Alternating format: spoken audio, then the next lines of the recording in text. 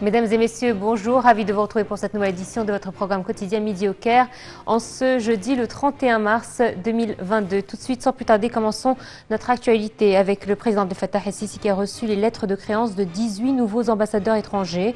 Le porte-parole officiel de la présidence Bassam Radi a déclaré que le chef de l'État a souhaité la bienvenue aux nouveaux ambassadeurs et leur a souhaité plein succès dans leurs fonctions au Caire. Le chef de l'État a souligné l'intérêt de l'Égypte à renforcer les cadres des relations bilatérales avec leur pays dans tous les domaines et de poursuivre la communication et la coordination sur divers dossiers régionaux et internationaux d'intérêt commun.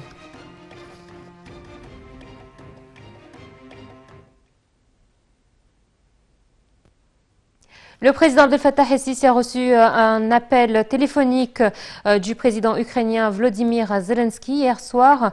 Donc, le porte-parole officiel de la présidence de la République a déclaré que l'appel portait sur des discussions sur l'évolution de la crise ukrainienne. Le président ukrainien a passé en revue les derniers développements dans ce contexte, notamment en ce qui concerne le déroulement des négociations. Pour sa part, le président a souligné l'importance de recourir à tous les moyens menant au calme et à une solution pacifique du conflit, notant que l'Égypte s'intéresse à déployer tous les efforts pour y parvenir, que ce soit au niveau bilatéral, régional ou international.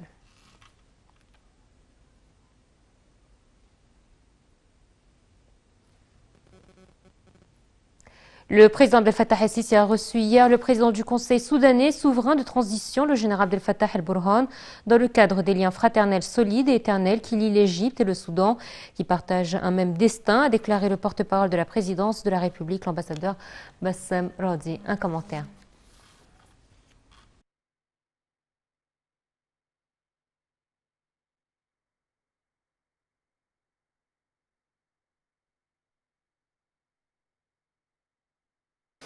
Le président Abdel Fattah el-Sisi a accueilli mercredi à l'aéroport du Caire le président du Conseil soudanais souverain de transition, Abdel Fattah el-Burhan. Un tête-à-tête entre les deux chefs a été suivi d'une séance élargie d'entretien entre les délégations des deux parties pour mettre l'accent sur l'intérêt commun à renforcer les relations économiques et les échanges commerciaux entre les deux pays pour les hausser au même niveau particulier des relations politiques égypto-soudanaises et des liens historiques entre les peuples du Nil. Les deux bords ont de même affiché leur engagement à approfondir la coopération sur les plans sécuritaires et militaires pour réaliser les intérêts communs. L'Égypte a, dans ce cadre, affirmé être consciente des conditions critiques par lesquelles passe le Soudan à présent et a mis l'accent sur l'importance de l'action commune pour ne pas affecter la stabilité politique et sécuritaire et économique du Soudan. L'Égypte s'est engagée de poursuivre l'envoi de convois d'aide humanitaire et logistique au Soudan, tout en affirmant que la sécurité du Soudan est étroitement liée à la sécurité nationale de l'Égypte. Le chef du Conseil de souveraineté soudanais, Abdel Fattah el-Burhan, a salué le grand boom de la construction dans la nouvelle capitale administrative lors de son inspection.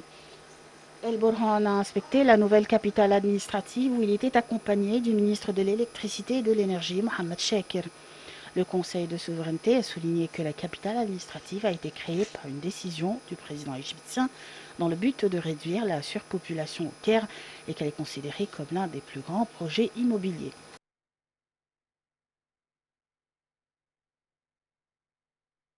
Le ministre des Affaires étrangères Samar Shoukry a reçu mercredi Volker Perez, le représentant spécial du secrétaire général des Nations Unies au Soudan et chef de la mission intégrée des Nations Unies pour soutenir la phase de transition au Soudan. Un commentaire.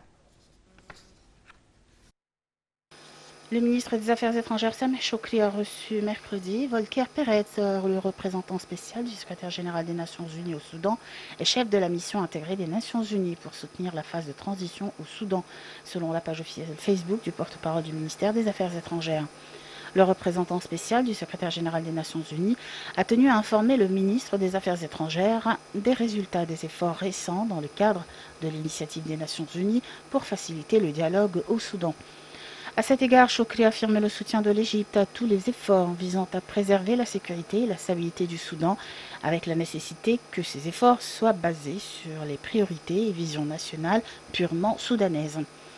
Hafez a ajouté que Choukri a souligné la nécessité de mobiliser le soutien international pour soutenir le Soudan pendant la phase délicate qu'il traverse actuellement, ainsi que l'importance pour la communauté internationale de reprendre rapidement tous les aspects du soutien économique nécessaire au Soudan, d'une manière qui permette à la communauté fraternelle, un peuple soudanais, pour faire face aux défis économiques actuels. Le ministre des Affaires étrangères a également affirmé l'engagement de l'Égypte à poursuivre les efforts égyptiens en faveur du Soudan dans tous les domaines. Et le ministre des Affaires étrangères, Sameh Shoukry et son homologue congolais Tété Antonio ont affirmé la profondeur des relations de coopération entre les deux pays et la volonté politique de les renforcer dans tous les domaines. Les pourparlers se sont focalisés sur les questions régionales d'intérêt commun et l'accord sur les moyens de faire avancer les relations bilatérales ainsi que sur le forum d'hommes d'affaires conjoints qui a permis de découvrir les opportunités de coopération, a déclaré le ministre des Affaires étrangères.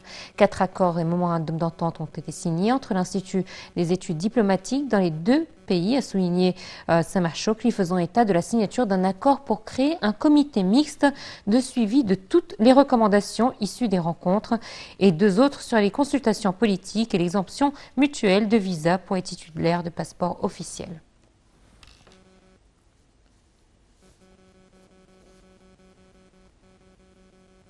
L'Angola désire renforcer le commerce et les investissements entre l'Égypte et lui permettra d'accéder au marché du centre et du sud de l'Afrique, a déclaré hier le ministre angolais des Affaires étrangères, actuellement en visite au Caire lors d'une table ronde organisée par la Banque africaine d'export-import, Afrexim Bank, sous le thème « Investissement entre l'Égypte et l'Angola ». L'investissement avec nos frères ici en Égypte est nécessaire plus que jamais, notamment au vu du renforcement des relations avec tous les pays africains et du soutien que le Caire nous a apporté pour notre indépendance et dans tous les domaines, indiqué Antonio. L'Angola désire poursuivre le renforcement de ses relations avec l'Égypte, tirer parti des grandes opportunités économiques dans les deux pays, de renforcer leur coopération et de perpétuer leur dialogue et leur partenariat stratégique, a-t-il dit. Antonio, accompagné par une délégation de plus de 50 représentants des secteurs publics et privés, a souhaité davantage d'activités pour consolider les relations bilatérales et espérer participer de manière constructive au secteur public des affaires, soulignant l'ouverture de l'Angola aux investissements égyptiens.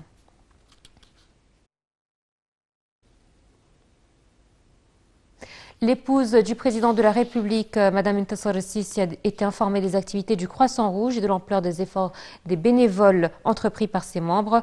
J'ai eu l'honneur de visiter la cellule de crise du Croissant Rouge égyptien, symbole d'un grand travail sociétal en Égypte, a déclaré la première dame sur sa page officielle sur les réseaux sociaux. J'ai écouté une présentation de toutes les activités du Croissant Rouge et l'ampleur des efforts bénévoles entrepris par ses membres.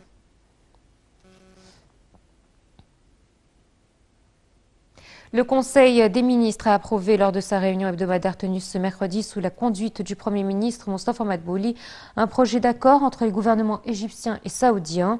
Ce projet d'accord stipule que le Fonds public d'investissement d'Arabie saoudite investi en Égypte et autorise la ministre de la Planification et du Développement économique à le signer. Cet accord vise à soutenir le fonds à investir en Égypte afin d'atteindre les objectifs consistant à attirer des investissements étrangers, à renforcer l'utilisation de la main-d'œuvre nationale et à localiser les technologies modernes dans l'économie tout en respectant les lois et législations égyptiennes pertinentes dans tous les domaines d'investissement disponibles dans le pays.